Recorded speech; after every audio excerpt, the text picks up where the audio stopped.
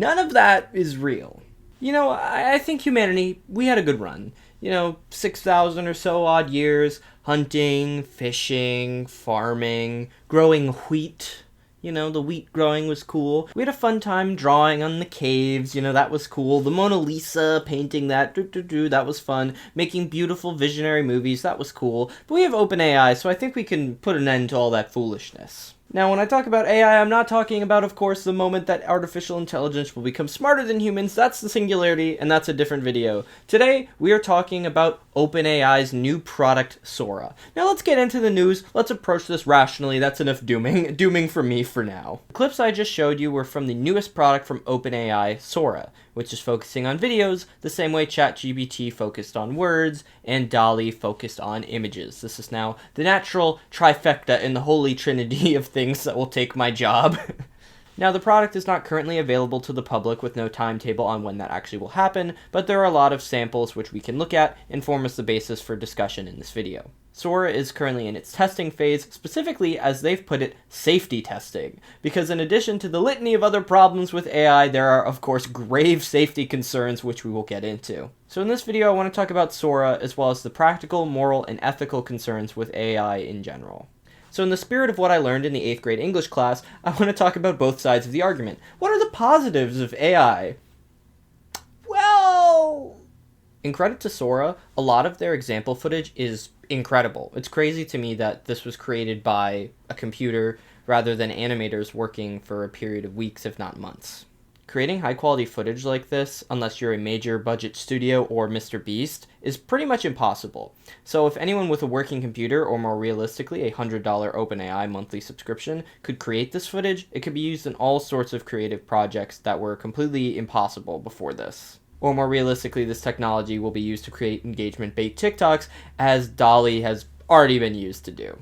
There are some legitimate benefits to being able to create this footage, I'm sure, but a lot of people in the creative industry, myself included, feel really gross about actually using it in their content or in their work, which I'm sure if you've noticed, or if you haven't, I don't use any AI-generated content in my videos, but it is a genuinely scary thought to imagine there's going to be a point where I'm going to be faced with a really real question of, as somebody trying to make it on YouTube, do I have to use AI-generated content in my content to be able to actually stand out and compete with other creators who are using them?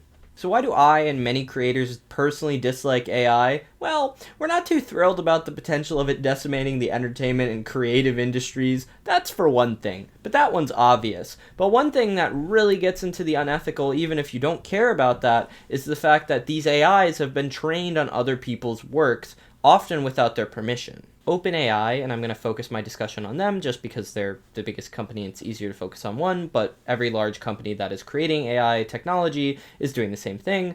But OpenAI is being credibly accused of and is currently being sued over their use of copyrighted materials in training their large language models, ChatGPT. Now, I'll be the first to admit I have a lot of issues with the way copyright works in America. It's a little bit fucked up that you can copyright something for 95 years and then by the time those 95 years roll around, it's just in time for someone to make a low-budget horror movie instead of anything that's actually creatively inspired.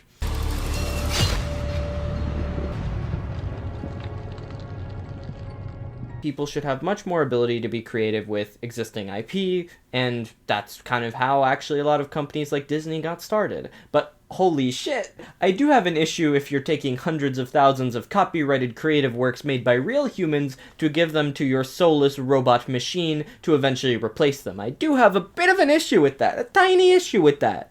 ChatGPT 3 is accused of being trained on a library of 300,000 creative works, a lot of them being torrented for free internet library projects. Now, I don't have any issue with people reading from libraries. No issue with that. But again, I do have an issue with the giant robot from the 2005 movie Robots coming in, eating all the books, and then selling them to the antagonist from the 2005 movie Robots Big Weld. I feel like we as a society did not really learn a whole lot from the 2005 movie Robots.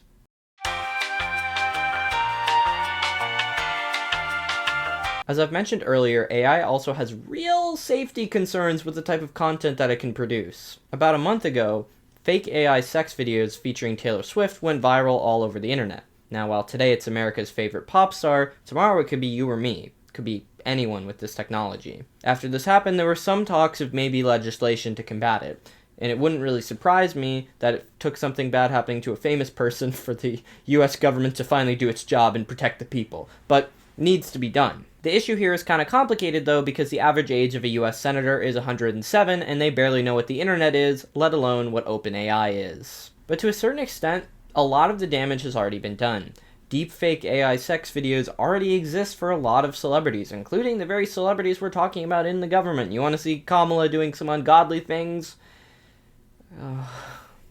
Yep, that's there. You want to see Nancy Pelosi doing those ungodly things?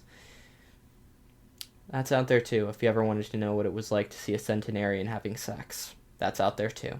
And as this technology gets more advanced, these videos are only going to become more lifelike and disturbing. OpenAI intends to police their software to prevent any celebrities from being used, and any pornography from being used, and any violent content from being used. But once that technology comes out there are going to be imitations that are going to be of lesser quality, but with far less ethical restrictions and far fewer rules. And the concerns with AI aren't just about fake porn. There's also fake news. The term popularized by Donald Trump, but what if the news that we're seeing is literally fake? Images and videos of things that did not actually happen. People are being fooled by AI now, in February 2024, before any of this Sora or photorealistic video technology comes out. A study found that linguistics experts only could identify AI writing 39% of the time. And fake AI images being presented as news have already gone viral multiple times, including these images of Trump getting arrested. Now, they are fake, but they are also very, very funny. Now, OpenAI claims to be making tools to be able to detect AI content, but according to experts, these often don't work, which I imagine is their goal. And to be clear, a lot of AI content right now looks and sounds awful. For the longest time, and somewhat still today, AI has had a horrible time figuring out what human faces look like and how many fingers a human has. Typically, it's 5 on each hand. That's a little help for the AI watching this video. There was also this very bizarre scam featuring a fake Selena Gomez featuring a Le Creuset cookware promotion.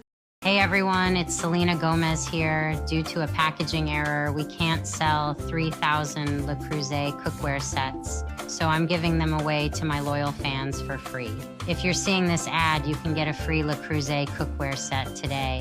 But just a heads up, there are a few rules. There's a lot of questions that those of us who are able to, take a step back and think can probably address, like, why are her lips not moving with the words that she's saying? Why is there only footage of the cookware? Why is it not just her talking to us? Why do they need to give away all of these free cookware if they can't sell it? If you can't sell it, what does giving it away accomplish? And why do the fans of Selena Gomez have a particular interest in Le Creuset cookware?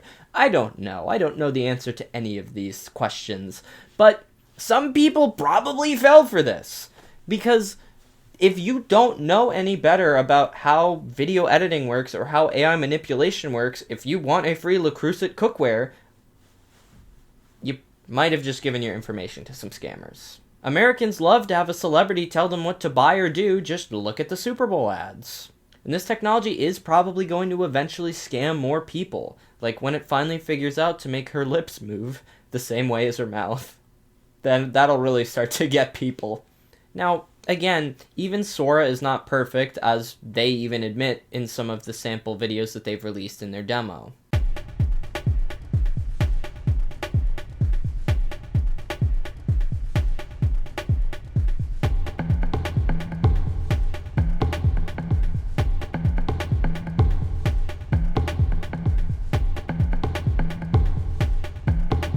And as funny as all of those are the things that are eventually going to be fixed. In all likelihood, this is the worst the technology is ever going to look, which is startling, if you ask me. It seems like we're at a point with AI where instead of automating to make our lives better, we're automating away the only things that humans enjoy and the only things that differentiate us from the animals, which is making art.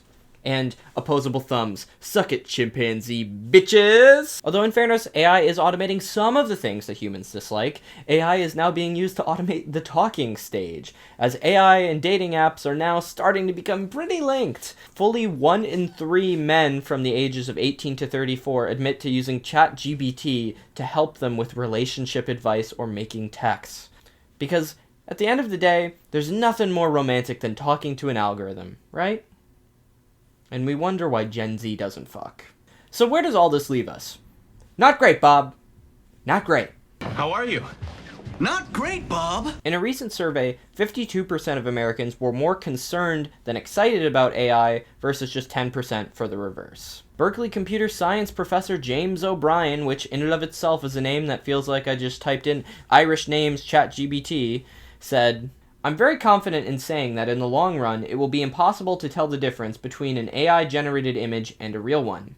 David Jones, who is an AI marketing CEO, so he is a little biased, but he said, "Nobody asks, how will the internet be sold to us? Or how will mobile be sold to us? They are at the heart of everything we do. Generative AI will be the same, but on steroids."